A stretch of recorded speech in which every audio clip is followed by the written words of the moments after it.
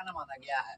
वहाँ पर एक दरवाजे का निशान देखें। हाँ। दरवाजे के पीछे 3 माइल की लंबी गुफा है, क्योंकि आर्कियोलॉजिकल वालों ने अपना नोटिस बोर्ड पर इसका टाइटल लिखा है सोन भंडार। तो सोन का मतलब सुरंग होता है बेटी। तो उधर आपका गर्म जल का कुंड हुआ, तो गर्म जल कुंड के बगल से 565 सीढ़ी ऊपर पहाड़ चढ़ना पड़ता है। पहाड़ का नाम है व्यवहारगिरी। तो इस व्यवहारगिरी पहाड़ी के ऊपर में सप्तपर्णी गुफा है। तो सप्तपर्णी गुफा का अंडरग्राउंड रास्ता वहां तक बताया गया है।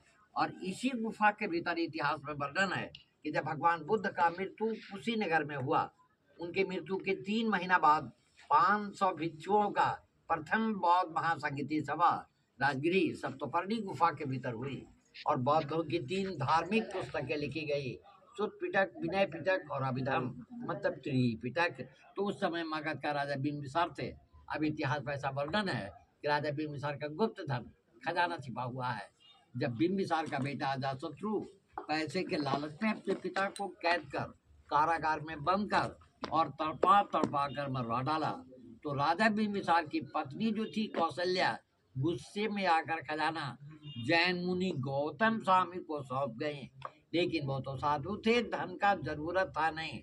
वो इसी गुफा के भीतर रखकर ऊपर से पत्थर का दरवाजा बंद कर यहाँ पर कई जगह लिपि लिख दिए। जैसे देखिए बेटी गेट पर भी वहाँ पे लिखा है ना। तो लिपि के बारे में कहा जाता है कि वह लिपि जो विद्वान पढ़ेंगे तो वो दरवाजा आप पे आप खुल जाएंगे। लेकिन वो लिपि किसी ने पढ़ा नहीं। जब 1905 लॉर्ड कर्जन जो ब्रिटिश टाइम में गवर्नर थे, वो ऐसा कानून बना दिए कि प्राचीन नस्ल को नष्ट नहीं कर सकते हैं। नष्ट करने वाले को 5,000 रुपया जुर्माना और 6 महीना कारागार में होना पड़ेगा। अब ये जो पूर्वी गुफा हुआ, ये 2 तल्ले का प्राचीन जैन मंदिर है, क्योंकि जब राजधानी बदलकर पाटलिपुत्र चली गई, गुफाएं खाली पड़ गई। तो 1700 पूर्व जैन मुनि भैरव देव यहाँ के पत्थरों पर 2 संप्रदायों की मूर्तियां खुलवाई, दिगंबर और श्वेतांबर। तो जो 2 मूर्ति के नीचे में कमल फूल का चिन्ह है और बिना वस्त्र का प्रतिमा है। दिगंबर छठे तीर्थंकर पद्म प्रभु, तीसरा मूर्ति हाथी का चिन्ह श्वेतांबर, दूसरा तीर्थंकर जीता स्वामी और सिंह का 2 मूर्ति 24वां तीर्थंकर श्वेतांबर भगवान महावीर।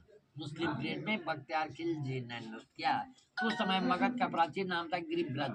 गिरी का छोटा पहाड़, ब्रज का छोटा बासु। यहाँ पर 5 पहाड़ियाँ बेटी, विपुलगिरी, रत्नागिरी, उदयगिरी, सोनागिरी और ये व्यवहारगिरी हुआ। अर्थात इसी 5 पहाड़ के भीतर अनुमान लगाया जाता है कि राजा बिंबिसार का महल रहा होगा। लेकिन हमेशा प्रकृति का आपदा भूकंप आता रहा, महल तो जंगल जाने की में दब गया। नया राजगिरी पर संस्कृत के पास एक ब्राह्मण हो बिना वेतन बेटी